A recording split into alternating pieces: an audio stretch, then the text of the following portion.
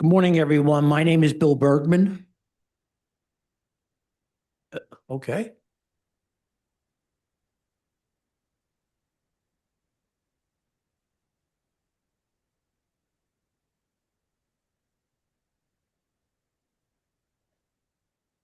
Okay.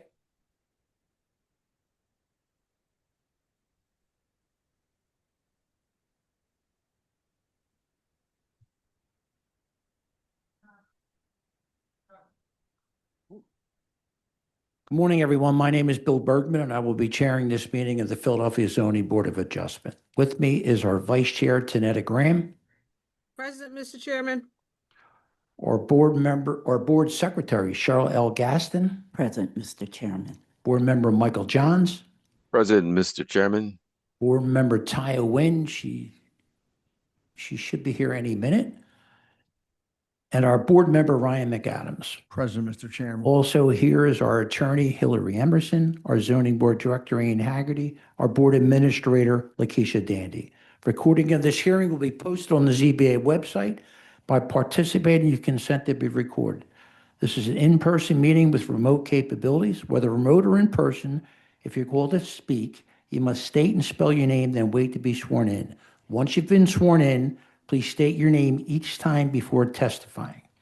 Any person may enter their appearance to become an interested party. You can identify the case property address in your Zoom webinar. You can see a staff member, or you can call the ZBA appearance line by the close of business tomorrow. Call 267-270-5548. Leave a message that includes your email address and the address for the property of the appeal case. The following guidance is for our remote attendees. When directed by the chair, you must raise your virtual hand in order to be recognized. If you're called to testify, you'll be prompted to join as a panelist. Please accept the request and turn on your camera. Third, the webinar Q&A is for questions about the hearing. Do not comment on the cases in the Q&A. Fourth, if you're participating by phone, press *9 to raise your hand and *6 to unmute. For our in-person attendees, please refrain from talking, eating, or drinking. Verbal and physical aggression will not be tolerated. Restrooms are across from the elevators. A water fountain is just outside the room to the right.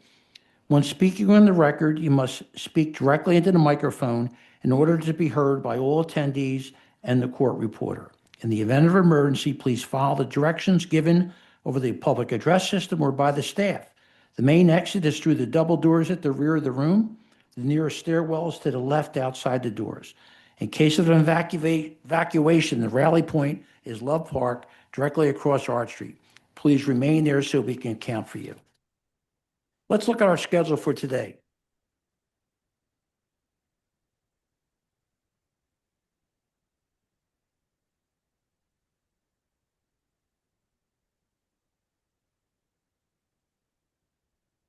Number 3, MI 2025-004-069, 5424 Valley Street. This case is continued until 6/3/2026 at 2 p.m.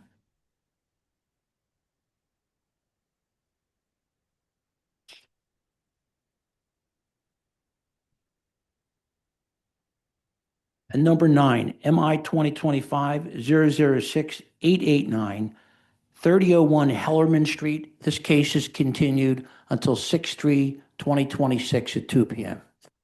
Are there any other requests for continuances? Good morning, Chair. This is Jasmine, and I will be your co-host for today. I see no hands at this time. Okay, thank you. We're going to start with number 2, MI 2025-002-368, 4821 Garden Street. Alan Nachumson is the attorney.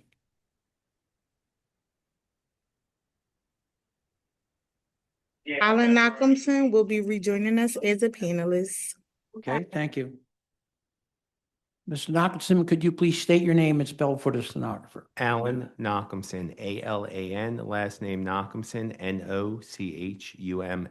Do you swear or affirm to tell the truth, the whole truth, nothing but the truth? I do. Mr. Nachumson, this is a resumptive hearing.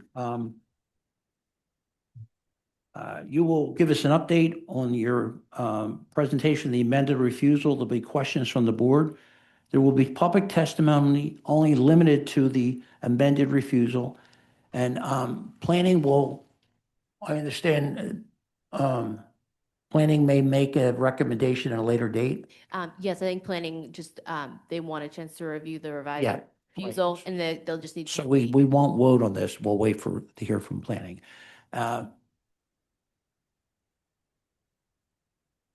I just need to be promoted as a panelist so I can share my We'll experience. take care of that. And you're going to be held to a half hour. I'm not going to need a half an hour. Okay, well, we think there may be other people. That's why the Okay, whole case okay. will be held to a half hour. There are quite a few letters of opposition, as you're aware. Yes. Did you recently had another RCO meeting? We have not, Mr. Chair. Okay, all right, okay, thank you. All right, Can I just be promoted as a panelist? yeah, we'll take care of that for you.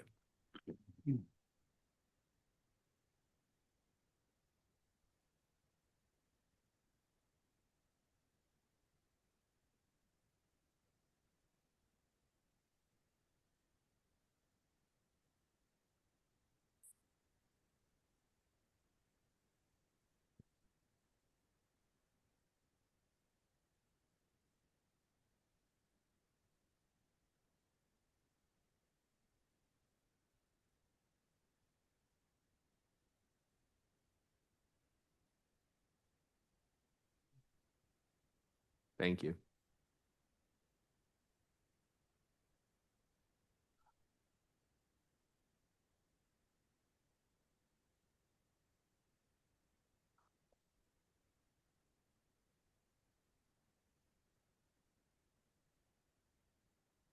Mr. Knockerson, before you start, you can give us just a 2-minute overview of where we were with this and where you are now. Yeah, so Mr. Chair, this is an ICMX property on a approximately 30,000 square foot lot.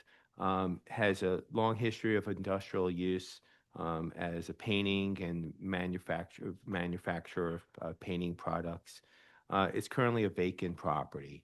My client is, and we are surrounded with a lot of industrial or non-residential uses. We do have some residential uses nearby, which are 2-story residential single-family structures. My client originally proposed to have 48 dwelling units in a 5-story building with 54 parking spaces.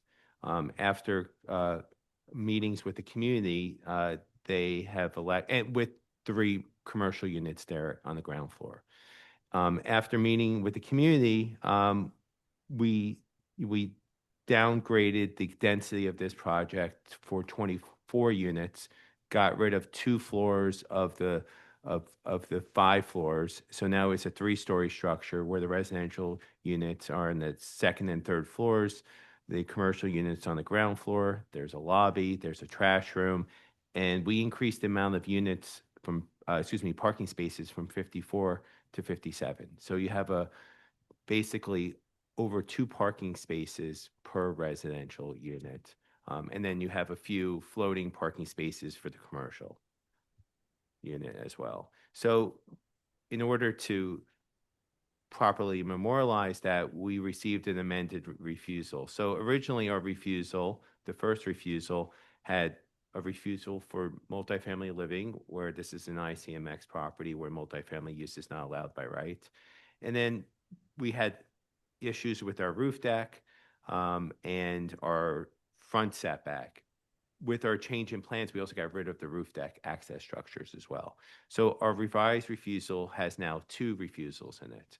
Apparently, the examiner originally missed a side yard width refusal where 8 feet is required by code, where we are 5 feet 2 inches at its smallest point, but on the left-hand side of the property, which has the commercial unit. So if you look at and we can look at it quickly, the site plan, it's an irregular shaped lot on this left-hand side, where I believe the side yard width at its greatest point is 12 feet. So, again, from a undue hardship standpoint, we believe that we've met that burden because of the irregular shaped lot. The second refusal, again, has all to do with the multifamily living. So we did receive, prior to making these changes, a letter of opposition from the community. And they went through the analysis of what, would be required of us for undue hardship. Ultimately, if you read the letter, I don't think they have an issue with residential use. They just wanted to have it as single-family use. And again, the lot width is 166 square feet. Given the size of the lot, we think it's more appropriate to have this as multifamily, again, to leverage, because they also said there's a parking situation in their neighborhood where there is, not enough parking in the neighborhood. So by providing 57 off-street parking spaces, that would be a better scenario for the community in terms of the parking situation. So that's where we are. I just wanted to address the refusals, how we got from point A to point B. And we believe that multifamily use with off-street parking is closer to the zoning code classification of ICMX than single family, because you can't go from industrial to single family. That's like polar opposites. So we think this is one step down in a way. Thank you. Okay. Do you want to bring your client on and adopt the testimony Yes, here? yes. I think he did last time, but yes. Yeah, well, you Yeah. changed, right? Yeah. Yeah, I right. mean, yes. Yeah, okay. Can I have Mr. Kadru virtually raise his hand? He's the principal for 1934 Diamond Estate LLC, the owner of the property. Kadru will be joining us as a panelist.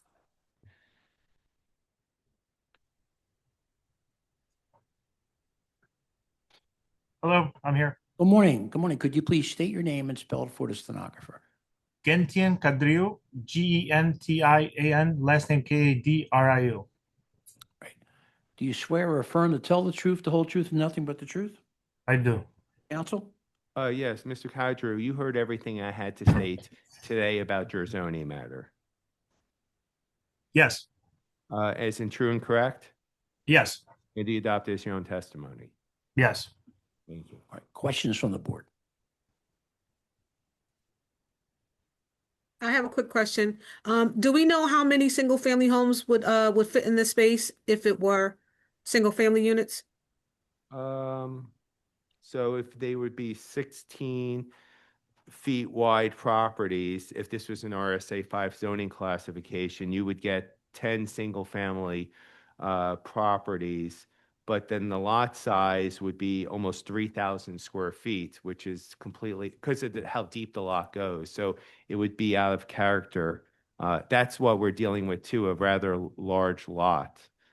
So it wouldn't make financial sense. And I would ask Mr. Kadru to confirm that from a dollars to cents standpoint. Mr. Kadru, would it be feasible for you to build 10 single-family homes here? No, and also the parking situation, which the community was very opposed of. If you put a 16 feet house, you can't really put a parking, or you're gonna have to make a big curb cut, pretty much. And the parking is actually on my lot side. Well, the parking right now is on my lot side, so we're only using the driveway that's already there, the curb cut that's already there. Okay. Other questions from the board? Questions from our attorney, Hillary Emerson? Not at this time, Mr. Questions Chair. from the audience? Come on. Come on up. Yep.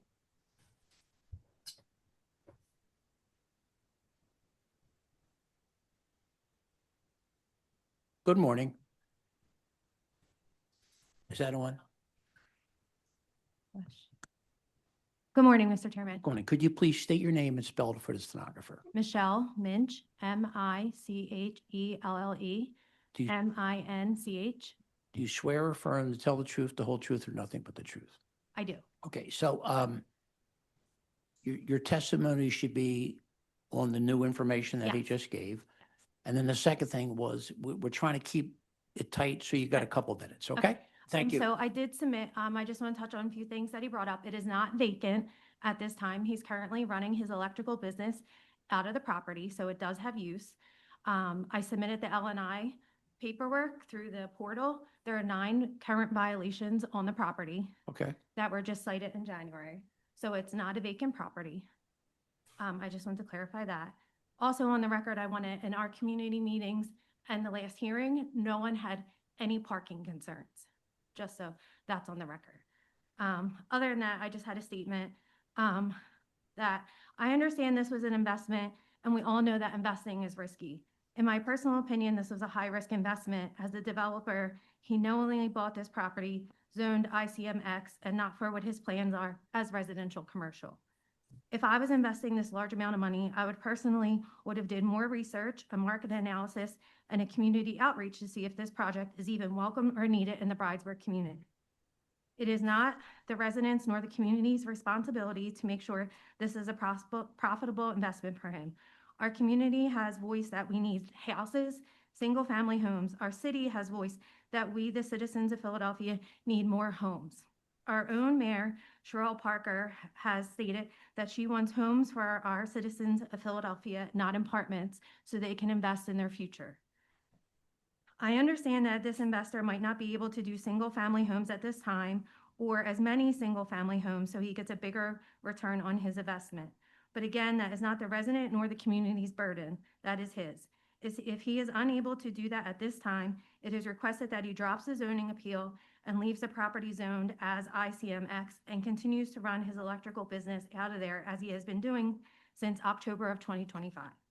No one in the community is opposed to him running a business out of there and keeping it industrial as long as he is adhering to all L&I codes and standards. He currently has the 9 open L&I violations, which need to be rectified for the community and for the business's own safety. And along with this past week's snowstorm, the property has not been properly shoveled. We took pictures and submitted that as well. So it's not showing good faith to the community that he's even upkeeping the property now. Going forward, it would be more important if there's going to be more people and cars, that it be properly taken care of. Okay. Thank you. Thank you very much. Ms. Knox, do you have any questions? No, I Well, why don't we do yeah, this? yeah. Why don't we see if there's anyone else? Is there anyone else in the virtual audience? Oh, come on. Sure.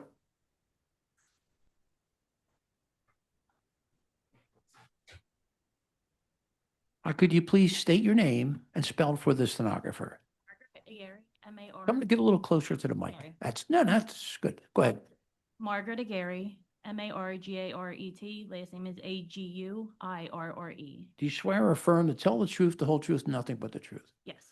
Um, So with what, so the same issue, your testimony should be on what he presented today, not the past. And the other thing is try to keep it to a few minutes. Absolutely. All right, thank you. So my biggest thing, he said that he cannot put 10 properties there because of parking concerns.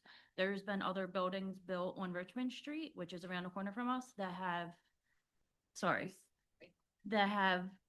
elevated housing, and they have parking in the back. He's worried that the property's too big and he couldn't accommodate, and that our biggest concern in the neighborhood was parking, which wasn't brought up at any of the meetings that I've attended. If he truly wanted to put 10 buildings there, he could, and put parking behind there. That's my biggest thing. And I'm still concerned about the EPA testing, that we haven't been said anything else. Thank you very much for Thank coming you. down. Is there anyone else in the audience, the virtual audience? I have 2 hands, Chair, Okay, but 4 now. Barbara Jackowitz, I'm going to allow her to speak.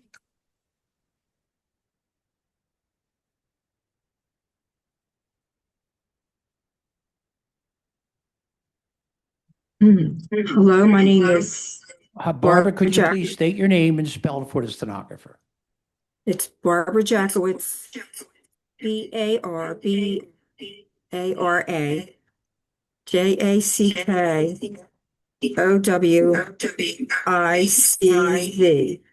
Do you swear or affirm to tell the truth, the whole truth, nothing but the truth? I do. Barbara, we've had 2 people testify already. Could you please testify to anything different than what we've already heard?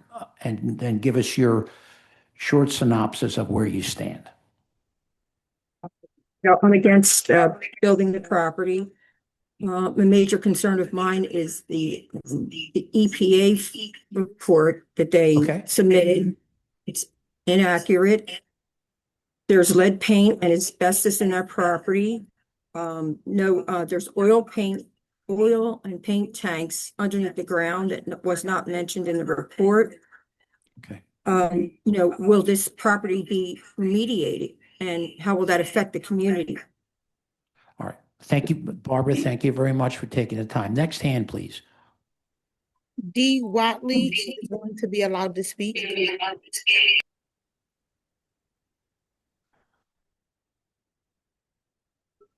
Hello, Hi, could you please state your name and spell for the stenographer? D. Watley, Whatley. Do you swear or affirm to tell the truth, the whole truth, and nothing but the truth? Yeah, We already had 3 people testify. If you have anything different, please tell us. And if not, just give us your position on this, okay? okay, so it was just already spoken about the ground levels Yep. that will be contaminated. My Right. also issue, I have is if this gentleman cannot tell the truth about the violations that he received, and working in Okay, that so building. listen to me. Listen to me. I don't think he's testified relative to the violations today. And what we want is what your comments are on what the lawyer had to say today, okay? I just don't trust anything they say. Okay, all right, all right. Well, thank you very much for taking time to call. Next hand, please. Julie Williams is going to be allowed to speak. Hi.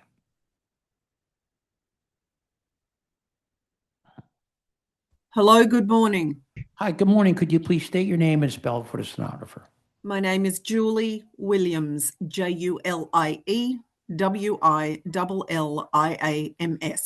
Do you swear or affirm to tell the truth, the whole truth, and nothing but the truth?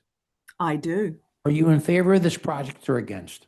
I am not in favor of this project. Thank We you for- are not Northern Liberties. This will not be another Northgate. Okay, so This listen to me. community, a single Listen to me, home. Julie, listen to me. Your testimony has to be on what he said today.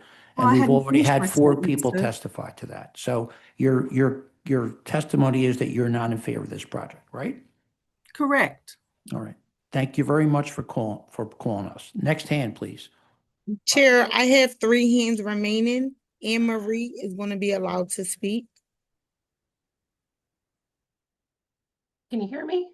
Hi, Anne Marie, could you please Hi. state your name and spell for the stenographer? Yes, thank you, Mr. Chairman. My name is Anne-Marie Zambalak. It's ANNEMARIE. Last name Zambalak, SZAMBELAK. All right. All right. Do you swear or affirm to tell the truth, the whole truth, nothing but the truth? I do. Are you in favor of this project or against? I am against this project. Thank you very much for taking the time to call us. Next Can hand, I- please. But listen to me. You can, but you got to concentrate on what's not been said. It Give me should the next hand. be presented. So, I'm sorry, can you hear me? I can. I just want to just 2 quick things. The renderings that he provided on the screen are not factual. The street is Okay. much more larger on that, just because I believe that was presented. That was one piece that I wanted to share. All And right. as far as the property that he said it goes too far back, there's actually an industrial property behind that sits behind that, which would provide, if he did single family homes, it would be provide an ample opportunity for a big family to be able to have space for their children to grow and live there for the future. All right. Thank you very much for taking the time. Next hand, please. Dennis Mooney has been allowed to speak. And Chair, I have 2 hands remaining after this.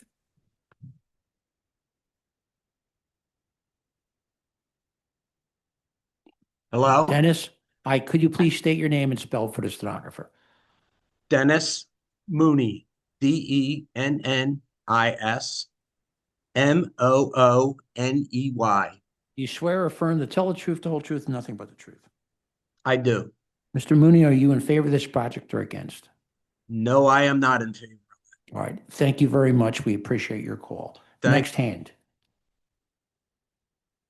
Karen Florentino has been allowed to speak. And Chair, this is my last hand that is up. Okay, thank you.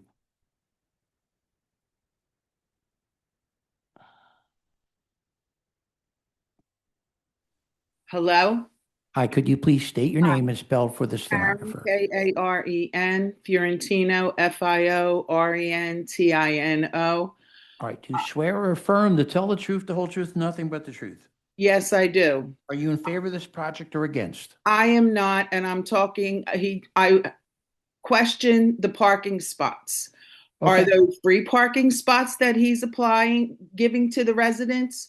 Or is he going to charge them? As in another property in Bridesburg, where the people do not pay because they're being charged, Okay. and then All they right. park all over the street. And All right. that is a one-way street, a small one-way street Yeah. that he wants to build on. All right, Ms. Florentino, thank you very much for taking the time to call us. Mr. Knockhamson, the planning commission, we're going to do a letter, am I correct? Right, and what we'll do is we'll get back in a week. Next week, we'll vote on next Wednesday. Yes, and I believe Mr. Knockhamson wanted an opportunity to respond to the comments. Yeah, can I just have a short? Sure. Are they done with the testimony? There's no more hands. All right, good. So let me first address the violations, as I never stated that there were no violations. I looked at them while the testimony was going on, dealt with the building like being occupied. And I would ask Mr. Kadru, my understanding is that you go there periodically as an office, just to keep tabs on the property, but you're not working there full time. Is that correct? Yeah, that's correct. All right. Okay, no, listen to me. Go ahead. All right. And then in terms of stating that there's a parking issue, this is not our first project in Bridesburg. Every time we present something, there is always an indication that there's an issue with parking. This time we're providing parking, more than 2 to 1. Now there's no issue with parking, but I'll read the Bridesburg Community Alliance letter where they answered, state, commentary to this question. Will the variance you seek substantially increase traffic congestion in public streets or place an undue burden on water, sewer, school, park, or other public facilities? And I say no, and in the application, and say we must dispute this response. In addition to the massive traffic burden this project poses, the Bridesburg neighborhood currently has one public elementary school, which is always at full capacity. They no longer have a Catholic elementary school. Their concern is adding too many families to this neighborhood. So by going to single family use, and we'll talk about how many single families you can have with off-street parking, it's only going to create more of a burden than having an apartment building. The apartment building, again, I could just go from life experiences. You have to be able to develop roots in neighborhoods. You have to keep put young people in neighborhoods and keep the older people who want to downsize in neighborhoods. When you don't have apartment buildings, there's a lack of diversity in the housing stock. So there are neighborhoods who will never grow or stay when you don't have apartments for their young people, and people are introduced to those neighborhoods. And unfortunately, there are people who eventually can't walk the steps and things like that. So how do you keep those people in neighborhoods? You have apartment buildings which have elevators to keep them in the neighborhoods they live their whole lives. In terms of how many units single family homes you can get with off-street parking, yeah, if you had a common drive aisle, you can do that and have parking in the rear. You would be taking at least one other, because it's a 166-foot wide lot. You have to have 16-foot wide for each unit if you're going RSA 5 standards. So you would lose 1 unit. So now you're down to 9 units or single family homes, and you have a lot that's almost 30,000 square feet. You would have, what's that, 3,200 square feet per lot? Like that is completely out of character for this neighborhood. The lot lengths are 117 square feet. So it would just be way too large, not feasible. In terms of the EPA report, we provided a phase 1. According to our expert, who we're relying upon, whether we're building, a multifamily building or potentially a single family building, we have to rely on that expert report where it said that there was no indication that there was any environmental impact to this property such that we needed a phase 2. And finally, in terms of the width of Garden Street, it's 20 feet wide, at least according to my calculations when I measured it on Atlas. That's not a tiny side street. it's not a huge street by any means, but you have commercial properties that litter Garden Street. So having residential use with not huge pickup trucks would be less of a burden to the street. For all those reasons, I understand that this is a difficult situation in terms of, the community opposition, but this is an ICMX property. Having a multifamily building is a slighter modification under the Philadelphia zoning code than having 9 single-family houses which are out of character, which their own community say they can't support through their school system. Thank you. Thank you very much. No. We've heard the testimony. Where we're going to be with this is, planning commission is going to do a letter on their position. We will have that letter next Wednesday. We will look at this whole thing at executive session and we will vote at 9:30 a.m. Thank Okay? you. Thank you. And thank you to all the people who testified. Number 8, MI 2025-006-729, 4255 Main Street. Roderick L. Foxworth is the attorney, and also Paul Toner.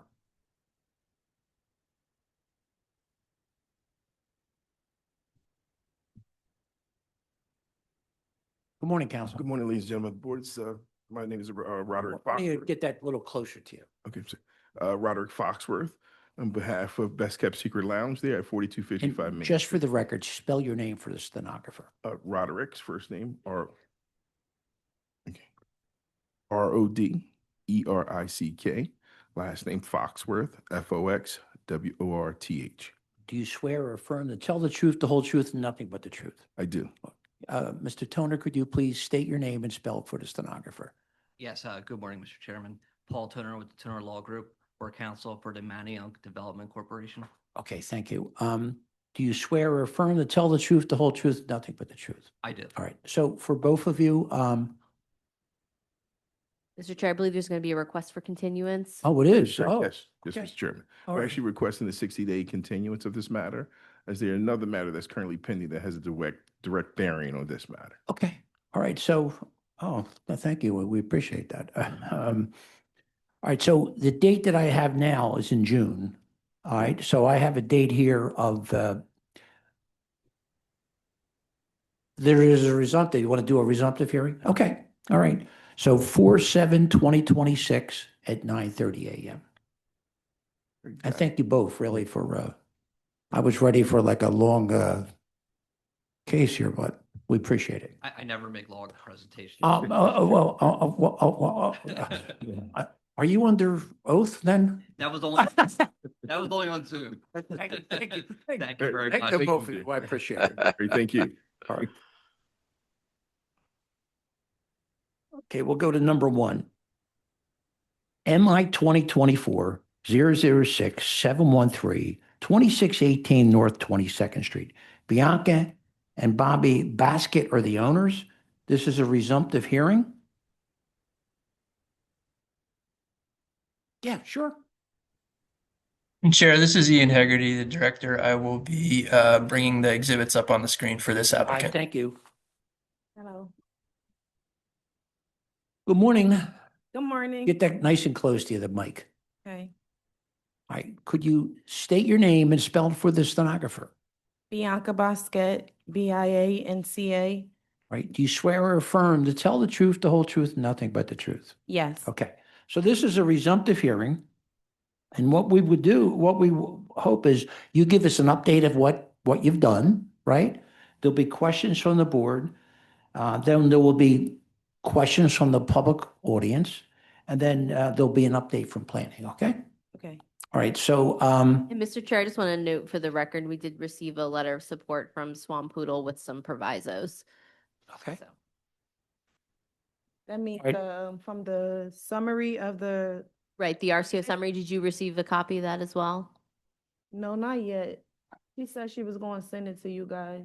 Yes, we did receive it last night, early this morning. Oh, you got it. Oh, I didn't check my email this morning. You got Okay. it this morning? Yes, so Okay. I can forward you a copy of it. Okay. okay, so you see it's up on the audience here. Why don't you start? Um, And get a little closer. Make sure you're So tell us what you've done since the last time and what we have to hear.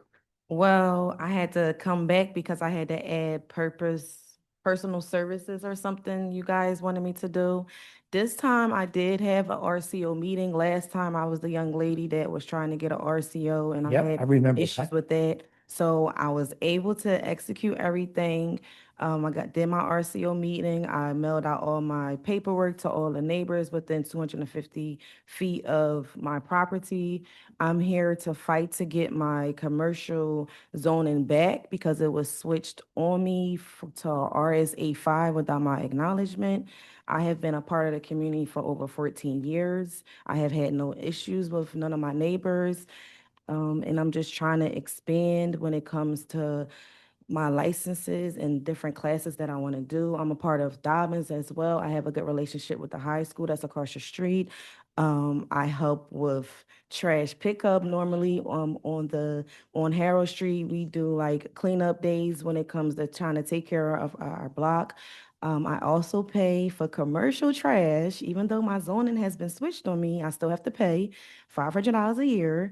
So I do have trash cans that get picked up that I pay outside of my other bills. And I just did the same steps with submitting my pictures. I was told about my zoning papers, so I had to do that over again to make them You could do bigger. additional photos in here? Yes, I did So, additional photos. Ian, could you start showing some photos? That's where you posted, right? Yes, and it's more because I was told that it has to be bigger and Okay, all color. right, we'll look at it. What's that we're looking And at? that's the basement that I'll be using like for storage, but the RCO told me to include the basement in case I wanted to expand. So she told me to send you guys like pictures and stuff like that, even if Okay. I'm not using that. So I submitted it as well. Okay. They're kind of like the same pictures I submitted as well on November 18th for the last hearing. What's that, the first floor? Yes, that's the first floor. That's the basement. That's in the basement too? Yes, that's in the Okay. basement.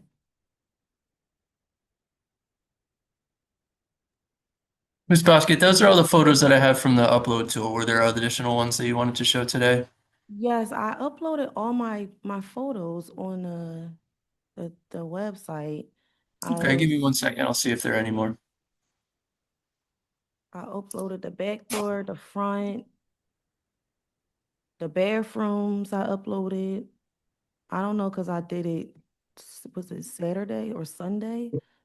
But it said that they got record of the pictures though, but I have all of them on my phone as well, but I did upload those images for you guys.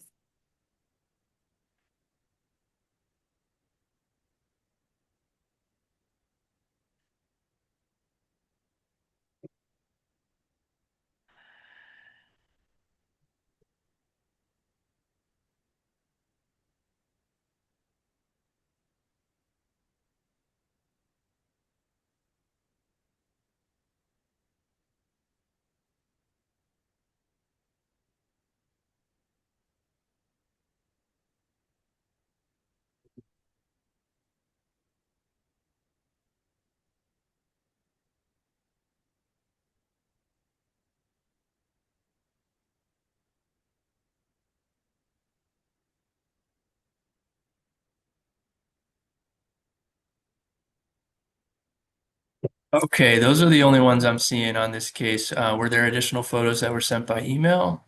Yes, it was additional photos. I did it on that website where you just upload like the images when I did my tax compliances and all my other paperwork. But I have everything in a file, like if you need it, but I submitted everything. Ian, are you going to look for that? Yes, Chair. All right, why don't we do this? Why don't we move on to the next case? We'll come back to you in about 15, 20 minutes, okay? Okay. All right, thank you.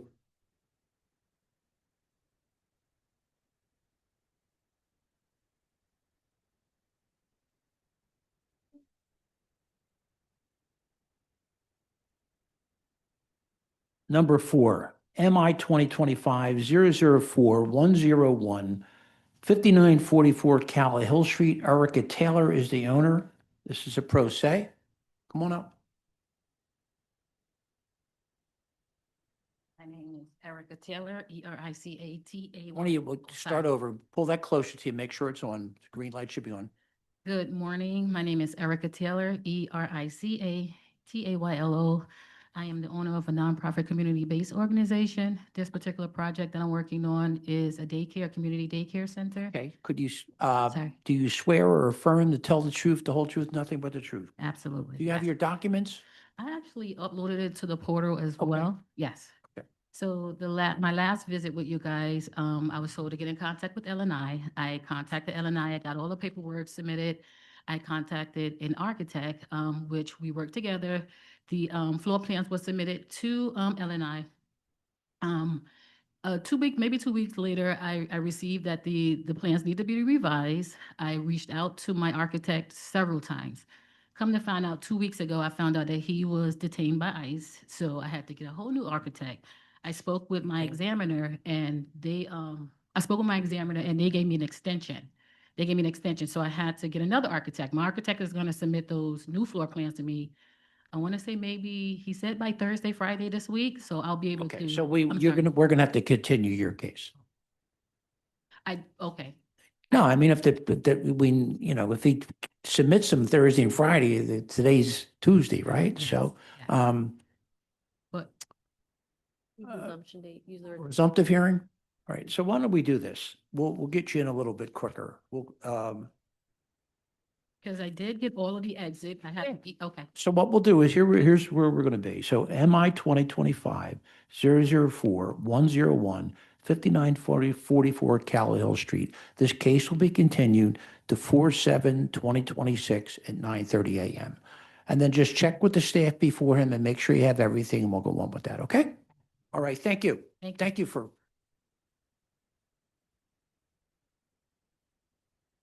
All right, number 5, MI 2025-004-398, 10012 Sandemeyer Lane. Isaac Slepner is the attorney. This is a resumptive hearing. Isaac Slepner will be rejoining us as a panelist.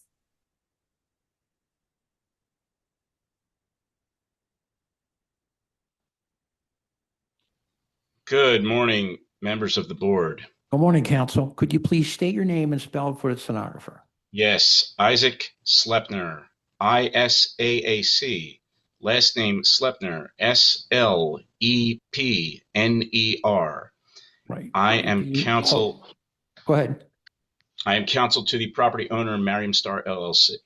Right. Do you swear or affirm to tell the truth, the whole truth, nothing but the truth? Yes, I do. All right. There's unanimous support from Somerton. Am I correct? Correct. And what you're going to do is give us a presentation of the supplemental information from the applicant. Correct. Questions from the board. There will be public testimony limited to what you present today, and then planning may give us an update. Okay? Understood, Mr. Chair. At our initial hearing, the board had requested plans. Just to refresh the board's memory, this is a application for a use variance. The property is zoned I2, and my client plans to open a takeout market, small grocery market with a prep kitchen, no on-site seating, no liquor license, no tobacco license. It did have unanimous support from Somerton Civic. If I may share my screen, I would like to go through the plans. And my client, Zakid Raskoyev, I'm sorry, Zakid, if I mangled your name, I apologize, is here, who is the principal of Mariam Star, and also our architect, James Ferreira, should be out there as well. And why don't you go through the plans, and if there's questions, you can bring your architect on. Sure thing. I'm going to go ahead and share my screen. Sure. All right. Thank you. Here we go. Okay. Is everybody seeing that? We do. Okay, great. Coming up, we're up now. Yep. All right. So, up here is kind of gives you a synopsis of where it is at the site. And The site itself is a strip shopping center and has been so for a while, I would say several decades. Here we have our floor plans. So this is the front of the store, Sandmeyer Lane. Here's a nice little rendering of it. This is what it will look like ideally when finished. Over here you see you've got your front windows, your front door right here. And then you've got shelving, shelves. Here's a refrigerated unit back here, your cashier. Then you've got a hallway back here, prep area, kitchen, and a restroom. These are stairs to the basement. Then your stairs to the basement lead down here. You got your mechanicals. I know it says living room. This is more of just a general large open storage type of space. Some more storage, linen closet, employee area, and that's at basement level. Over here, again, you've kind of got, just so you can see the square footage and where the doors are, here's the front door. You've got just a large empty space that can be modified as needed. Your stairs, your powder room, your rear door for trash takeout, and then your electrical, mechanical, basement, and some other configurations if need be. These are renderings. This is your first floor, your ground level. It's really a one-story with a basement. Here's a side view elevation. I know it says deck, but that's just ground level, street level. Here's a left side view, rear elevation with your rear door for trash takeout. Then these are some renderings. So this is your prep kitchen, shelving, sink, range with hood. This is the interior of the store area, your cashier's desk, shelving, and that's looking from front to rear. Here's your interior of your restroom, rendering, and then these are some cross sections. So as you can see, here is the ground level front with your big windows, your front door, customer area with your shelving and the cashier, prep area, restroom, and then downstairs. And then another 3D view with your storage in the basement and then some larger storage spaces and closets in the basement. And then here's another angle of it. This is from the front with the wall cut off. And you can see the store space, prep kitchen, bathroom, basement. This is the placement of the store kind of within the strip center. And over here this is actually a rear view. That's your rear door for your trash takeout, your downstairs, mechanicals, and then towards the front of the store where the basement is storage. Here's your market area, prep area, and powder room. And then a few more rendering views. This is your basement from front to rear. This is your basement from rear to front. And then this is sort of, again, the basement from front to rear. And again, the basement, more of a side view, but this is front and rear. So those are our plans. And if the board has any questions, I think that would actually probably be a good time for that. And I have my architect here if we need him. Well, why don't you do this? Why don't you bring your client on Sure. to adopt your testimony? All right. Zakid, you there?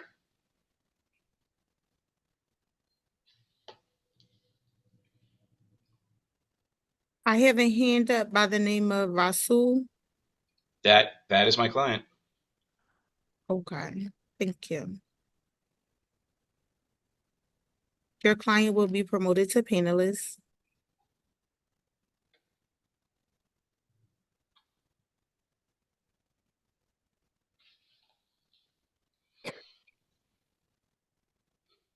Good morning. Good morning, sir. Could you please state your name and spell it for the stenographer? Zohid Rasul, Zohid Rasul. Right. Do you swear or affirm to tell the truth, the whole truth, nothing but the truth? Yes, I do. Counsel? Okay. Zakid, are you the primary member of Mariam Star LLC? Yes. And Mariam Star LLC owns this property, correct? Yes. And did you hear all of the testimony and see all of the exhibits that I've shown so far? Yes. And do you, was all of that true and correct to the best of your knowledge? Yes. And would you adopt my testimony as though you gave it yourself today? Yes. Thank you. Questions from the board? Yes. Is all of the exhaust being vented through the roof or the rear? My understanding, and I have a photo of this, is that the exhaust goes through the roof. But Zaki, you may be able to speak to this, and I think our architect may be as well. I can go through my photos.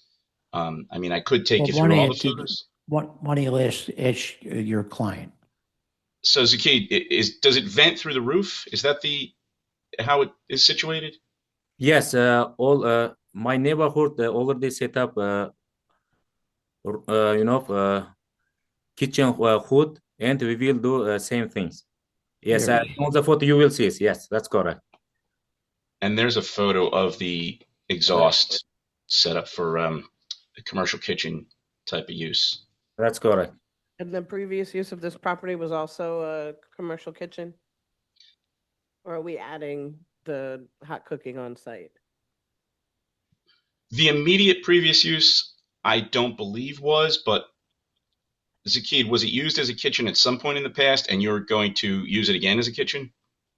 Yes, but we focusing only market first. It's not going to be a full service restaurant. They're going to prep food. That's correct. And it's not the dining restaurant also. It's not going to be. I understand that, but you're still making hot food on site and then selling it out of the deli side, right? Correct? Yes. All right. And I guess my question is, was this already a commercial kitchen? Like, was there already, or do you have to do like construction to allow this property to be able to support that use? Yes. Okay. Other questions? Questions from our attorney, Hillary Emerson. Just wanted to verify. So this use is for the entire property, the entire structure. There's not any other uses in this structure. Correct. That's correct. Thank you. Questions or comments from the virtual audience? I see no hands at this time, Chair. Planning Commission, have you already taken a position? We have not, Chair. Okay, sure. Good morning, Chairman David Fecto, FECTEAU, with the City Planning Commission. Do you swear or affirm to tell the truth, the whole truth, and nothing but the truth? Yes, sir, I do. Please proceed. Thank you, sir. Chairman and board members, the comprehensive plan recommends a change in zoning at this location from I2 medium industrial to CMX2 commercial mixed use. The city rezoned this neighborhood in 1978 in a council-supported map change. The proposed use would be allowed by right under the proposed zoning and is consistent with the configuration of the current structure. The City Planning Commission recommends that the board grant the requested variance for retail sales of food and beverages. Thank you. MI 2025-004-398-10012 Santa Meyer Lane. I vote yes. Michael Johns, my vote is yes. Cheryl Gaston, my vote is yes. Tanetta Graham, my vote is yes. Brian McAdams, my vote is yes. Taya Nguyen, my vote is yes. Thank you. All right. Thank you, board. Thank you. Do you have your photos? Why don't you come up?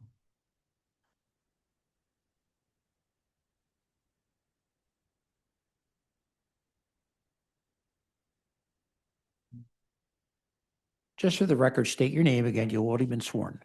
Bianca Basket. Right. So why don't you start your presentation? And Mr. Chair, just a note for the stenographer, we're going back to number 12618 North 22nd Street. Oh, thank you. So that's the picture of the bathroom. I have two bathrooms in the property, one upstairs and one also downstairs if someone wanted to use it downstairs. So I had wrote something down. Did you want me to read it? Well, what I want you to do is you were here once before. Yes. Just give us an update of what you've done since. I right? painted And the photos and Okay. things of that nature, okay? Okay. I painted everything over. I painted my floors, which are epoxy floors now, and I just added lighting and just that's pretty much about it that I did. I didn't do too much. But I do plan on like having my different classes and stuff because I was told from state boards that my building was too small because my plan was to do a hair school. But they Right. said that the space of my building is not enough. You Okay. have to have 2,600 square footage or more to do an actual hair school. But I'm licensed to be able to do classes. So this has been like a big struggle with getting my zoning change, and I didn't know all these years. Yep, I did yep. not know. I wasn't informed or anything. How long have you been in the building?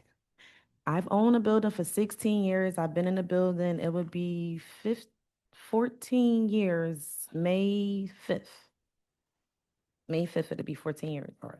And I've been involved with the community. I did book bag drives. I employed a lot of the youth in the community. Like I'm really involved. I don't have And any you're doing issues. wellness issues and fitness issues? right? Yes. Right? And then you're given instructions on how to take care of hair too, I guess, right? Yes. But you're not licensed to have a school.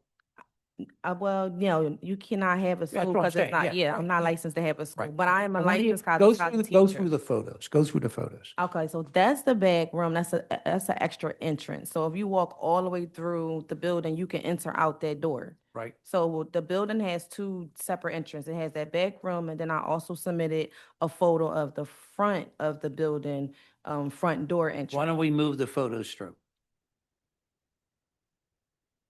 That's the bathroom on the first floor. Right.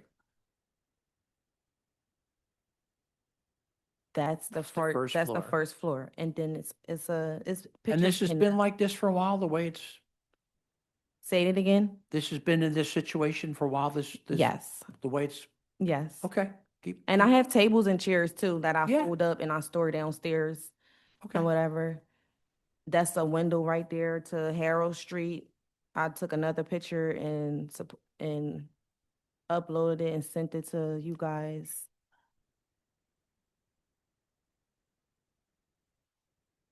That's the bathroom in the basement. Okay.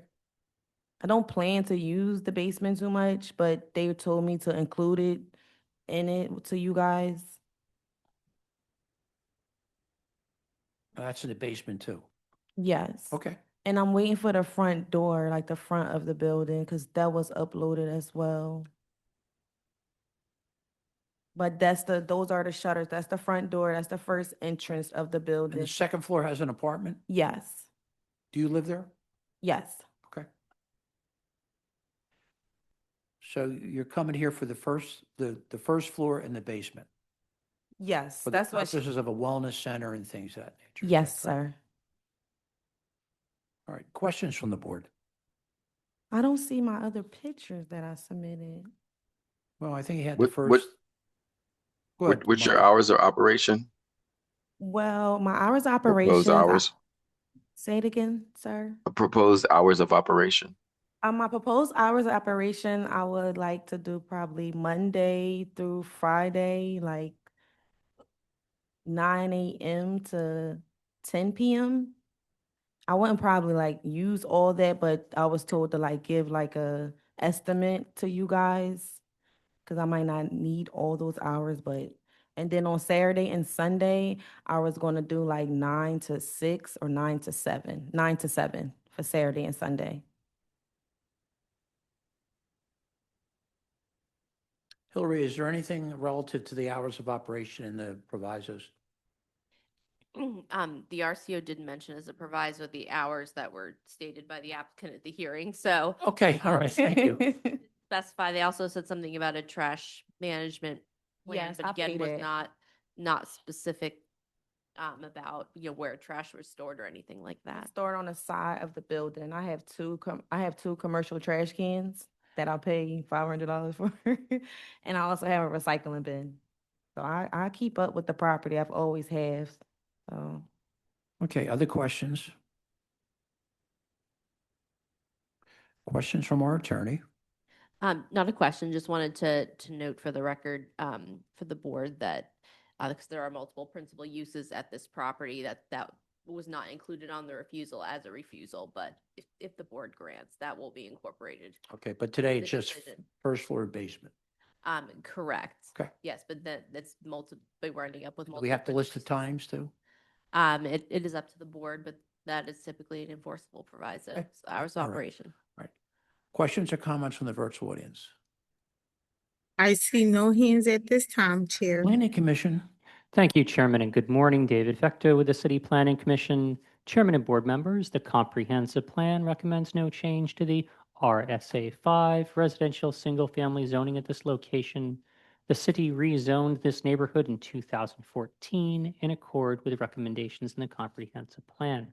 At that time, this property was zoned CMX2, commercial mixed use. The city issued a permit in 2009 for personal services and a permit in 2011 for another commercial use. The proposed use is in keeping with documented prior use. The City Planning Commission recommends the board grant the requested use variance for personal services and other uses described in the appellant's testimony. So MI 2024-006-713, 2618 North 22nd Street. I vote yes with provisos. First floor and basement only, and hours of operation Monday to Friday, 9 to 10 p, and Saturday and Sunday, 9 to 7 p. Michael Johns, my vote is yes with provisos. Cheryl Gaston, my vote is yes with provisos. Janetta Graham, my vote is yes with provisos. Ryan McAdams, my vote is yes with provisos. Taya Nguyen, my vote is yes with provisos. Thank you. Thank you. Well, you don't have to cry. I mean, you're Thank you so much. right, right. I'm done. I got another question too, because since they switched my zoning to residential RSA 5, I had to pay $10,000 last year for my trash. I was informed that since it was a RSA 5, I was not supposed to be getting charged for commercial trash pickup. Is that true? You know what? I'm not sure. Okay. Yeah, Okay. yeah, but congratulations. Thank you. So when would I get my zoning papers and stuff? All right. Thank you. Thank you so much. Thank you. Oh, okay, so number 9 and number 7 together. So number 6, MI 2025-004-494, 2247 rear East Roosevelt Boulevard. And number 7, MI 2025-004-495, 2429 rear East Roosevelt Boulevard. David Orphanides is the attorney.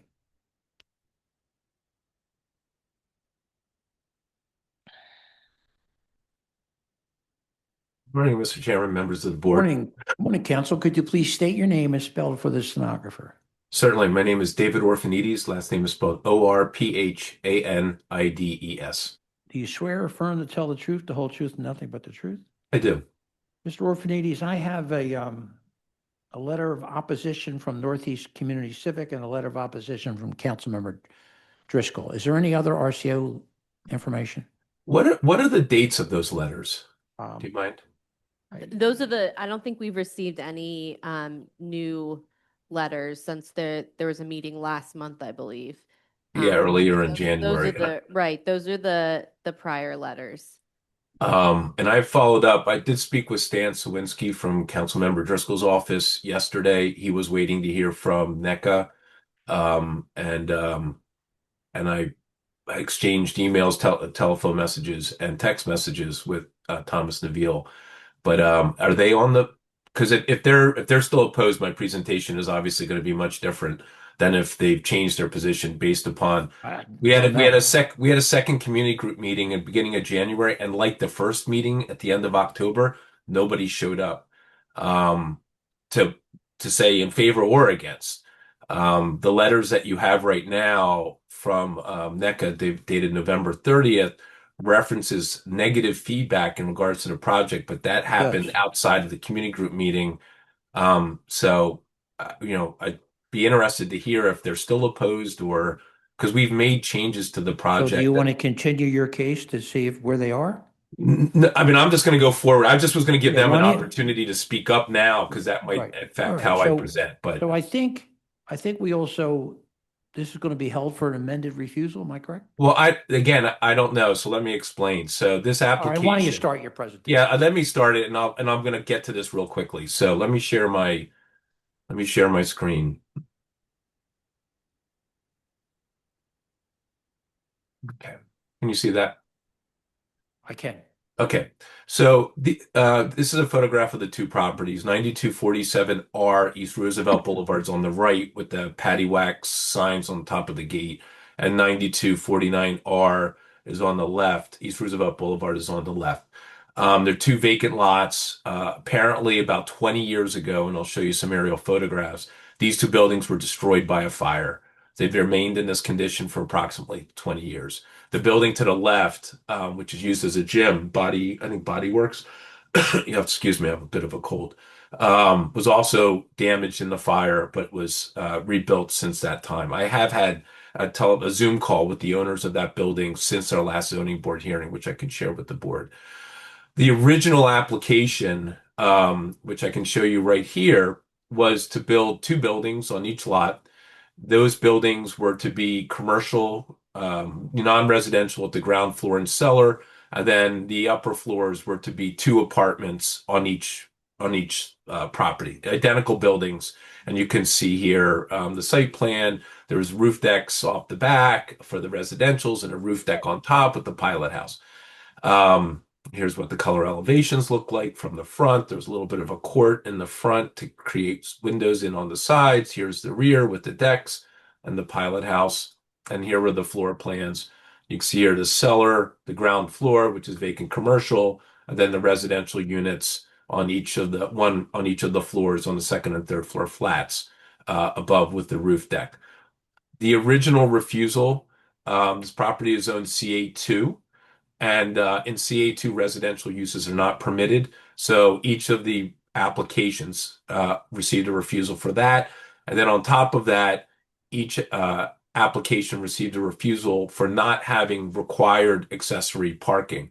Now, in CA2, the parking is determined not necessarily by the use, but by the amount or square footage of net leasable area. And I could show you that here at tab D4 at table 148025. You can see here for the first one that 100,000 square feet of net leasable area. For every 1,000 square feet of that first 100,000 square feet of net leasable area, 4 accessory parking spaces are required.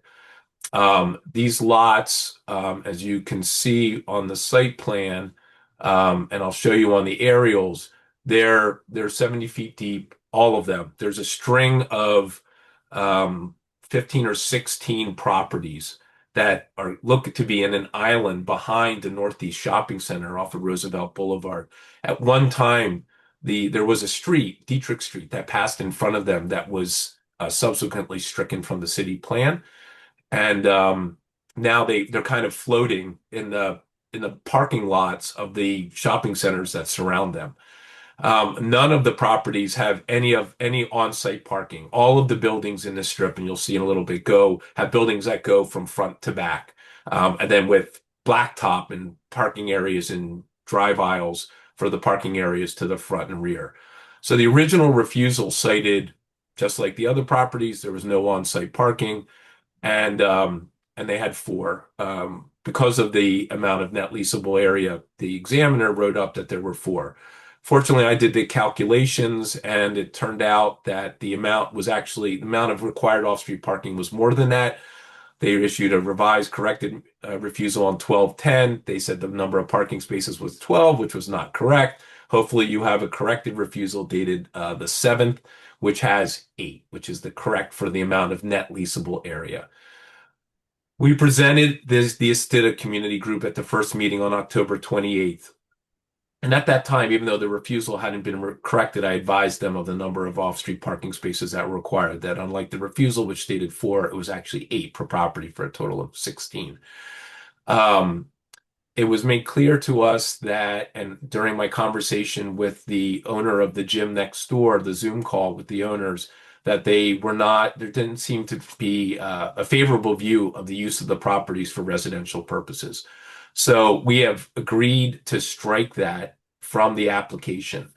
And we did present that at the beginning of January at that community group meeting on January 14th. And what we presented was a different building. Doesn't have decks off the back. It doesn't have a roof deck. It's all vacant. So a use registration permit would be required prior to occupancy. If it's a use that's permitted in CA2, it would be by right. If it's not a use that's permitted in CA2, it would have to go back through this process. We presented these drawings. What's important is, so this eliminates the refusal for the residential use. It does not change the amount of off-street parking that's required because the amount of net leasable area hasn't changed to the point where it actually requires more off-street parking. So it's essentially now looks a little bit different in the front. It doesn't have that cutout in the front of the middle at the second and third floors, but same materials, same ground floor storefront, same materials at the rear. And then the floor plans you can see at each level. If I were to zoom in, it would say vacant use registration required prior to occupancy. And each level, we've provided the gross floor area and the net leasable area. We believe that with these changes, they address the concerns of the community regarding the use of the property for residential, for apartments or condos. And given that the other properties, the other commercial properties on this strip, which I'll show you in a second, don't have any off-street parking, that there's no way to provide any off-street parking on these properties other than to use the whole ground floor from the front as a garage door, which I don't think does anybody any favors, whether it's the other commercial businesses that are located there. There is a sidewalk that's located in front of those businesses, which I'll show you in a second.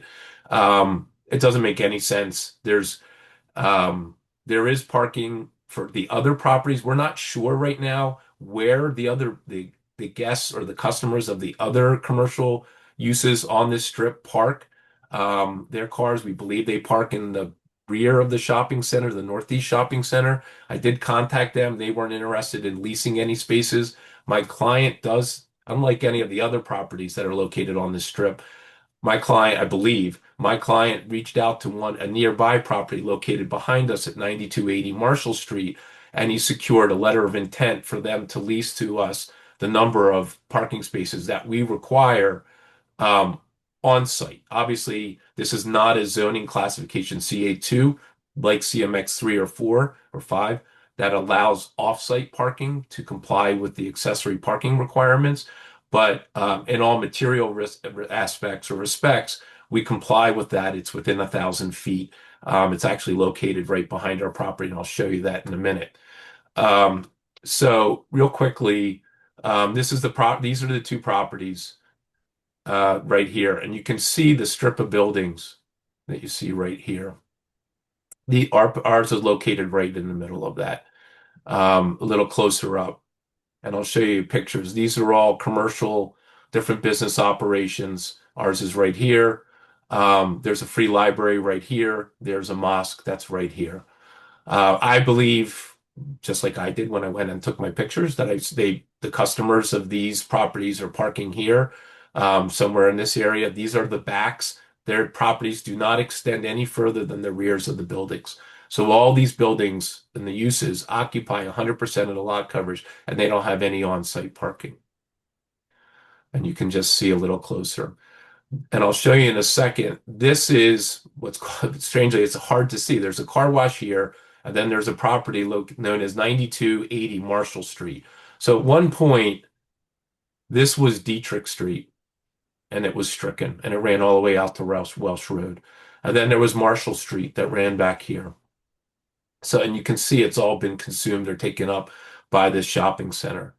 I do have the historical aerials that show about in 2007, I can't tell if this is the point where it was after the fire, but clearly after, it's hard to tell here, but by 2010, And I believe in 2008, you can see right here, the property was a vacant lot, which shows how long this has been a longstanding vacant lot. There was an attempt to pull a zoning permit back in 21 by the prior owner of the property to develop the property as a one-story building. They weren't able to make that work for financial reasons and ended up selling the property to my client. Again, I've gone through the notices of refusal. We believe that with the net leasable area of the new building, we are not increasing the amount of parking that's required. In terms of the off-site parking, the arrangement we have with 9280 Marshall Street, here you can see this is 9280 Marshall Street back in this area, and here's the zoning map. So our properties are, I should have marked this, is this property here and this property here. We're 7 1/8 in from the end, the northern end. And so we have a letter of intent here for them to rent us the number of up to 16 parking spaces, because at the time, that's currently what we have in the notice of refusal. That's with David, do me a favor. Could you go back a minute? What's that long white strip behind the building? in what picture? Well, with that picture. Okay. Is that a tractor trailer? Yeah, so these are tractor trailers. So what's interesting is that, well, I don't know if you'll find it interesting. So Maybe not, but go ahead. So Alamov Transport, who 9280, this is their property, and this is where they're storing their trucks. I think that in talking to the owner of that property, and I'm testifying here, I have spoken with him, and he believed that the prior owner of the property had an arrangement with this property owner to park his tractor trailers there. He does not. And since that time, the owner of the property behind us has roped off, and if I can show you here, here you can see. They've roped off, that's the transport. You can see here, this is the gym. These are our two vacant lots. And so they have since roped off the area behind us. My client has been in discussions with the owner of this property behind us regarding actually allowing us to park there, and he can testify regarding his discussions at the end. I believe they're close to an arrangement, a discussion. They just haven't memorialized it with the letter of intent yet. But so at one point, I think Alamov was parking their tractor trailers there because they believed, look at the striping, that they were allowed to do so. And since that time, it's been roped off or chained off, and they're no longer parking there. Okay, does that answer your question? Yep, yeah, it does. Okay, great. And anyway, so back to the Alamov, they own 9280 Marshall. Here's the deed showing that they are the entity that signed the letter of intent. And I included the zoning code provision regarding offsite parking. Again, it doesn't apply to the CA2 zoning district, but we do comply because it's CA2, and it says it has to be located within 1,000 feet, and it has to be a property that either is already approved for non-accessory off-street parking, which this would be, or is zoning classified that it could be zoned by right as such. And CA2 does allow non-accessory parking as a matter of right.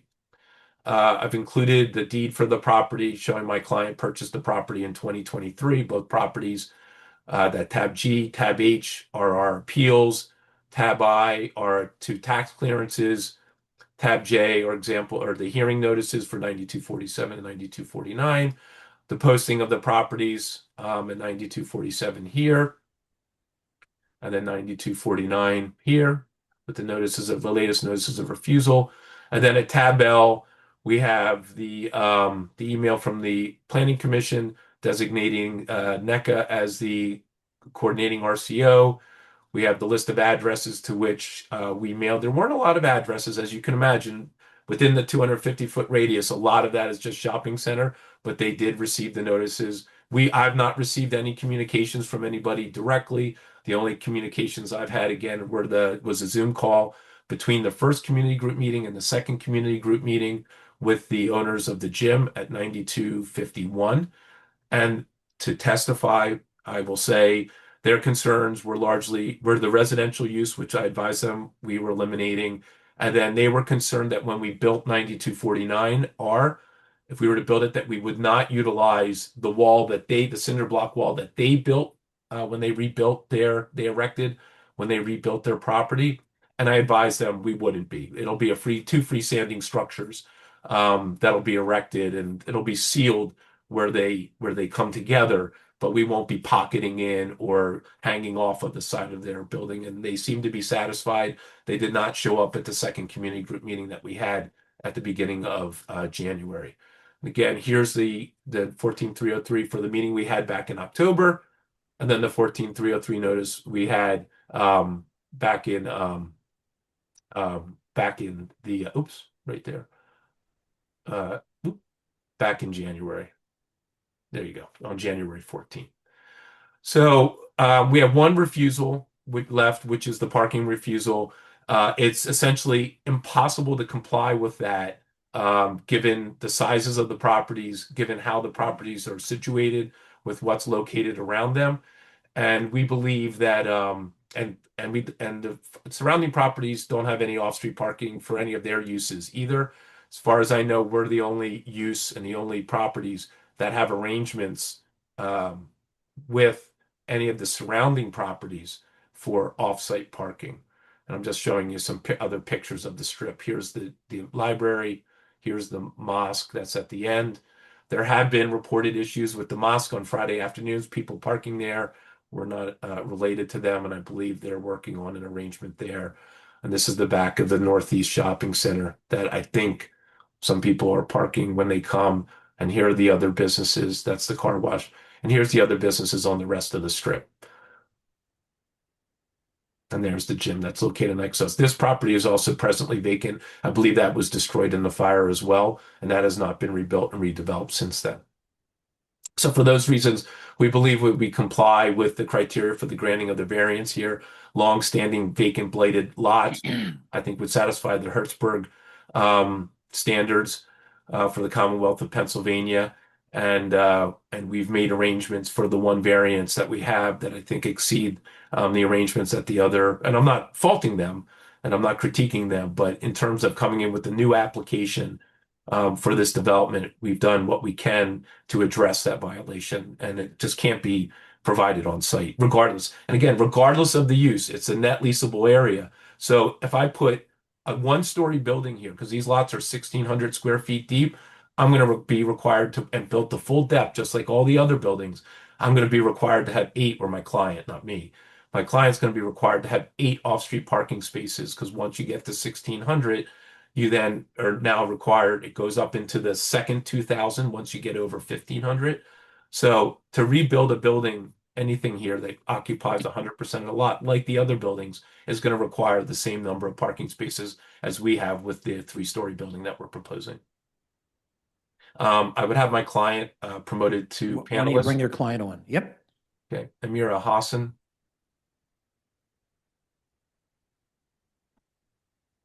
Amir El Hassan will be promoted to panelist.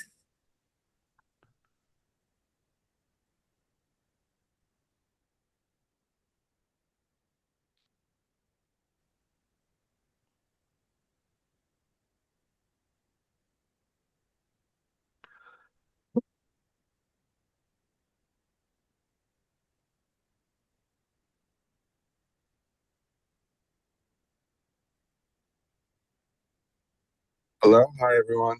Can you hear Hi, me? sir. Could you please state your name and spell it for the stenographer? Yes, Amir El Hassan. That's AMEER. Last name ELHASSAN. Do you swear or affirm to tell the truth, the whole truth, nothing but the truth? I do. Counsel? Hi, Amir. I'm sorry, I've been mispronouncing your last name all this time, and you've been so polite and not corrected me. Did you hear the statements that I made to the board today? I have. And are they true and correct to the best of your knowledge? Absolutely. Would you adopt them as your own? Yes, I would. And real quickly, what's your involvement with LM Real Estate LLC? Owner. Okay, thank you. And in terms of, just real quickly, the conversations you've had with the property owner behind you regarding a second arrangement for nearby off-site parking for the required parking spaces, can you just very quickly tell the board a little bit about that, where you stand with that? Yeah, absolutely. So the owner of that property, the Welsh Road School, is also the owner of about 10 or 15, something like that, buildings similar to it. And he has a building manager who represents all of those buildings, including the property in question. We have spoken firsthand with that building manager, who, like I said, represents the owner, and they agreed verbally to allow us to park there. They know to kind of get that the memo signed and sent over. It just didn't happen in time. But we do have a verbal agreement with them as well. Yeah. And I will add, Mr. Chairman, members of the board, that this property that's located behind us is already approved for non-accessory parking, including the spaces that are located behind our building from the zoning archives. Okay. And then I think Rustin Oler's on from Harmon Deutsch and Oler. They did the drawings. If you'd like them to adopt my statements regarding it. I think we're okay with that. I mean, Okay. I think if anybody has a question about it, we'll bring him on then, okay? Sounds great. All right, questions from the board? Yeah, I have Do a you- just a very simple question. Sure. What is driving the decision to add residential to the strip? So originally, and Amir can talk about that, but originally it was the idea that to help generate revenue, because commercial is very difficult right now, as you know, brick and mortar commercial. And it was the idea that they would rent more likely for residential to fund actually being able to build something there. But we heard from the community they didn't want it. I mean, listen, when they first came to me, I thought the same thing. I thought, well, that's a little odd, but you're in the middle of a shopping center. You want to put residential. But when you think about it, it could be an opportunity for people that work in the shopping center to live there so that they can walk to work if they can't commute, otherwise commute, or make it an easier commute for them. I thought it was a little odd, but then we talked about it. It did make some sense. And then it made a lot of financial sense for the owners of the property in order to get financing, because it's very difficult to get financing just for commercial. But ultimately the community and the neighboring property, I think the gym, because weights clanging and whatnot, were worried they were going to get complaints about their use. And so we eliminated, and we're going to try to make it work as all commercial, all non-residential. So that has been removed, and it's no longer on the plans. The revised plans all reference that it's vacant, that there is not a residential use, and that a use registration permit is required prior to occupancy. We'd be fine with the proviso from the board that there not be any residential dwelling units. Okay. So it's three stories, and so it's just the upper floors. It's still going to be 3 stories. It's still going to have the elevation that you showed, and there weren't any real sort of contextual images to see kind of what's happening on that strip. Are they all single stories? So the building next to us, to the left of us, is 2. The other ones are all 1 story. And so if this is proposed to be all commercial now, right? Mhm. Is that what Yes. you're saying? Yes. So the upper floors, although they sort of look residential, they'll be commercial vacant spaces. They could be offices, they can be doctor's offices, they can be an attorney's office, they can be an architect's offices. They can be anything that's obviously permitted in CA2. And the idea is to do And these as core and shell? What's that? Is the idea to have these as just, right now they're just big open spaces. Yeah, There's there'd be nothing- vanilla boxes, and then as tenants come along, they'd be fit out, like you can see here on the floor plans. We've shown a bathroom on each one, but other than that, that's designed for them to fit out the space. Other And questions? so the rest of the block, are they just the ones that are the one next to you that's 2 stories? Are they other 3 stories? Like, you don't have any images that really show us what the rest of how it fits in the context. We just got these 3-story buildings, and there's nothing. You're not showing anything else, right? And I quite frankly, understand. I can't even find it on the Google map. I'm trying to find. Well, you know it. what? You know why? It's very difficult because it doesn't come up on Google Maps when you put in 9247R East Roosevelt. You got to know. Got to go down the Welsh Road, find the Northeast Shopping Center, and then do it that way. You got to kind of have to zoom out and zoom in. But you can see down here at the end, it's a 2-story. 2-story. Yeah, Okay. and it's all 1 stories. But again, the height here is permitted as a matter of right We don't Right, have a right. dimensional I'm just trying refusal. to Yeah. understand the context. Like Yeah, the yeah. So, I context mean, is I can, everybody's got to the right of you, everybody's got these sort of awnings, but you yeah. don't. So, right. So how does it fit just in context? Well, not, And I don't, not every, is there an image of the left? yeah, I'm going to show There, you now. They don't have what's one. the, yeah, what's So the, Patty Wax does, because that's how they designed theirs. But so some of them do here. And let me go this way. There. Some of them have different types of awnings. mm-hmm. And then the gym does have an awning there as well. I mean, And then your site is to the right. and our site is to the right of the gym. Yes. To the right of this So gym that's we're 2 between stories. Patty Wax and between the gym. Okay. I mean, if it turns out that it was somebody said, I mean, we have an awning. It's a more modern awning than these older style awnings over the front of the building to protect people. So this from is a different than what you just. Oh, I'm what you sorry. showed I'm sorry. earlier. That's the original. I'm That's what I'm sorry. saying. Here you go. Same thing. Okay, Oh, okay. so we don't have the. So we don't have. Sorry. We don't have the awnings. We'd be happy to put the awnings back on. I'm sorry, it didn't make it back onto this one. No, I'm not telling you to do anything. Yeah. I'm just trying to understand how this fits in the sort of the rest of the streetscape. Yeah. And if if at some point maybe residential will be introduced, then this becomes sort of a, a main street sort of feel, right? Then what does that look like contextually? Yeah. I'm just trying to understand what you're trying to do here. That's Yeah, I all. mean, listen, I mean, I think there's no reason. It's clear from the prior zoning permit for a one-story that a one-story, they couldn't make it work, and my clients can't make a one-story work either. They're pressed to try to make a three-story commercial and to try to get once they have the foundation, it makes sense for them to go to the full height. They didn't squeeze in 4 stories, so they have good floor-to-ceiling heights. It's 3 stories within the 38 feet that's permitted. They did lower the parapet. Originally, it was the 36 inches that's permitted. At 3 feet 6 inches to 42 inches that's permitted. They dropped it down to 1'6" to bring it a little bit closer. But it just doesn't make sense to build financially or otherwise to build to everybody's lower height. Maybe this is what it should be to make it to continue to make this a viable property and the other properties around it. And maybe, like you said, this becomes, with this building, I think it's very tasteful the way it's done with the brick facade. It becomes a standard, and the rest of the buildings maybe in turn eventually get developed, including the one that's 2 up from us that's presently developed. I mean, undeveloped, vacant. I'm sorry. I have a question around financial hardship. I feel like, we've sort of predicated this plan around finances, but you're proposing 6 now empty stores or empty commercial spaces. And I'm just curious, as you've done your market research and you've talked to potential financiers, what are the sort of uses that you think you're going to get in this building? I feel like you've mentioned a lot of things that also are not typical on this strip. I'm looking down the strip and it's a lot of disparate uses that don't really lend itself towards office. I don't know if I had an office that I'd want to be in between a bar and a gym. And there's not much in the design of this building that looks like it's insulating whatever's going to be in there from sort of there's Mack trucks, pulling out back and forth behind it. This is going to be a really busy, both from a traffic standpoint, also very loud area and a very congested area, not great for pedestrians. So to have this concentration of commercial, I'm just curious how you all think it's going to work.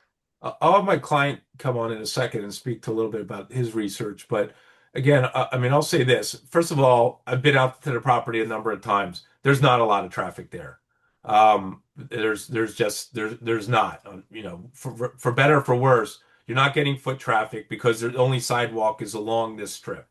So you have to kind of come there, park there intentionally, and want to go to one of these businesses. The tractor trailers are to the rear, and there's space, a significant amount of space, including the property we're looking to have our accessory parking located between us and the tractor trailers. So there is a separation, and that's the rear of the property. It's not the front of the property. In terms of the gym and in terms of the bar, I think it's fair to say that most of the businesses, whether it's a doctor's office, an insurance office, attorney's office, an architect's office, a business professional office, that their hours of operation are going to be during the day. most of gym's hours are they're busier in the evening when people aren't working, not during the day.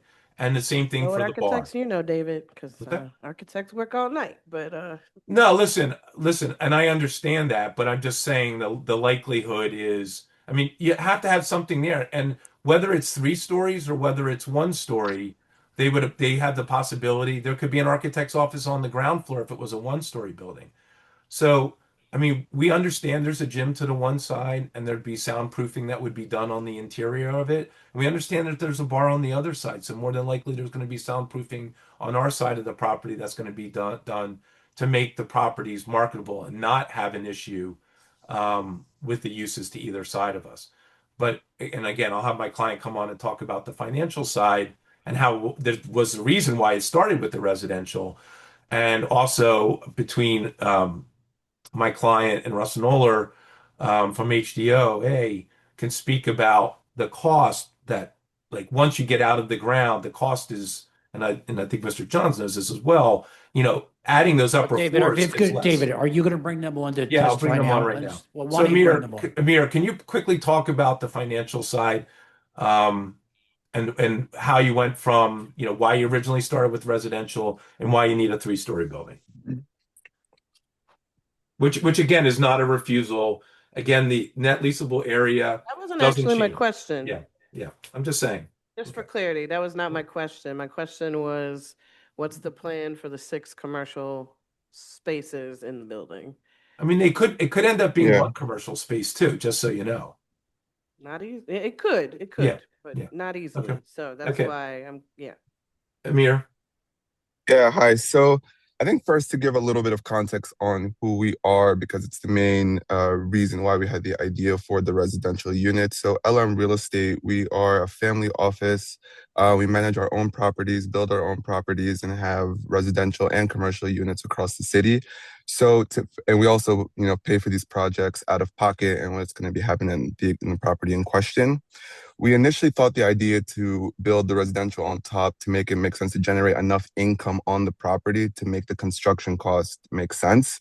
Because right now we've spoken to a few commercial brokers, and to only have 1 unit, you're maximum going to get maybe $2,000 or $2,500 in rent a month, which would never ever cover the cost of construction, not even in a decade or in 15 years. So that's why we thought to initially do the residential above the first floor commercial unit. Now, we aren't oblivious to the fact that at face value, it might not make that much sense. But because we have a portfolio of properties with a long wait list of kind of tenants who want to work exclusively with us, they want to live in our properties, exist in what we kind of build, we have a number of people who would have been willing to kind of live in this building and who work in the area. We've also spoken to a number of the community centers in the neighborhood, including a church and including a mosque, of people who want to be walking distance to those establishments. But once we realized that the community just simply wasn't in favor, they didn't see this logic, they didn't see that their property value would be raised as well, because you have the option to put residential there, to have, and also the Cabo Market that you saw in the photos is another commercial unit. It's a supermarket. They had workers who would have been happy to live up there as well. But it's a non-issue now, as we have removed it from the case because the lack of community support. Now, in terms of the question from the board just asked, how we intend to fill up the existing building, we intend to put kind of an academy or a daycare of sorts, but it's not finalized. That would for sure use the first floor and most likely use the second floor as well. And then we've spoken to the bar, and the bar is in hopes to maybe rent out one of them as a kind of a storage facility for his unit as well. So kind of a lot of the you're gonna put a daycare in between a bar and a gym near Max Trucks in a very busy shopping center. So in regards to the Mack trucks, they are long-term parking. They're not in and out often. So what you're imagining isn't the case. It's not ideal to have it be industrial in the back of the facility. But once you're kind of in the area, you realize that you don't need to ever be in the back quite often. And those Mack trucks aren't moving.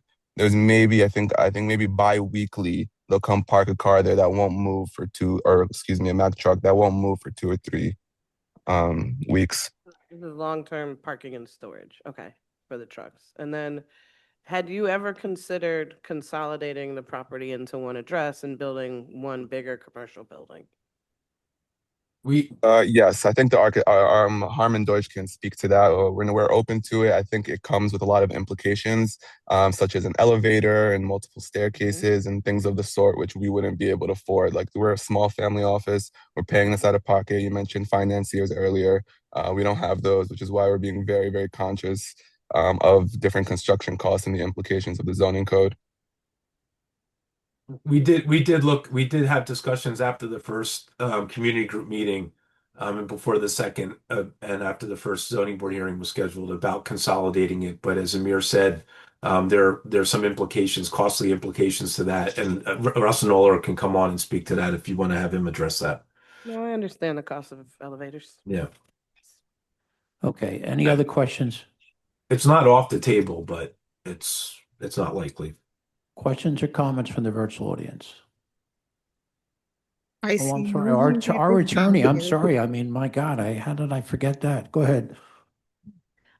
No questions. I just want to note that because we received the revised plans this morning, I haven't had a chance to review them. So I just asked that the board maybe hold this for a week just so we can review the revised plans. And also, we didn't know there was a corrected refusal. We were able to pull that, but we just need to determine what, based on the board's decision, what provisos would be appropriate. Thank you. All right, questions or comments from the virtual audience? I see no hands at this time, Chair. Planning Commission. Chairman, thank you. Good morning, David Fecto with the City Planning Commission. Chairman, we're going to enter our testimony for both, if that's okay with you. Sure. Okay. Chairman and board members, the comprehensive plan recommends a change in zoning at this location from CA2 auto-oriented commercial to CMX3 commercial mixed use. The City Planning Commission was going to enter a recommendation to deny the proposed residential use variances. However, since the appellants have changed their plans, the City Planning Commission recommends the board grant the proposed variance from the parking requirement in the zoning code.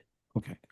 May I just say one thing? If it were to be changed to CMX3, then the off-site parking that we would have at Alamov would address that and would eliminate that refusal.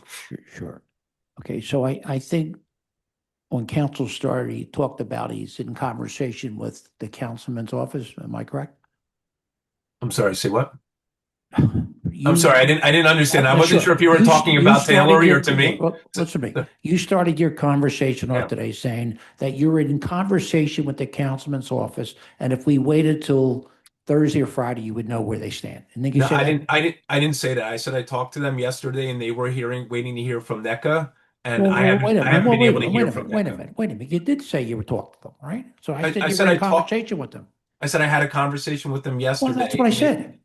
You were in conversation with the councilman's office. You wouldn't know until Thursday or Friday. No, I didn't say anything about Thursday or Friday. You didn't? No, I don't. No, I don't, because I don't know anything about Thursday. He's waiting to hear from NECA. Okay. And I haven't been able to reach NECA either. All right. So we're going to hold this anyway because of what our attorney said. Is next Wednesday okay? Yeah. Hillary? That's fine. And I would say the record is closed except for if there's any communication from the RCO or the council with regard to their position. And then if there is that communication, we'll accept a response from Mr. Orfanidi. Right. Okay. All right. Great. Thank you. So then we'll vote on this next Wednesday. Thank you. At 9:30. 9:30. Is there anyone in the audience whose case has not been called?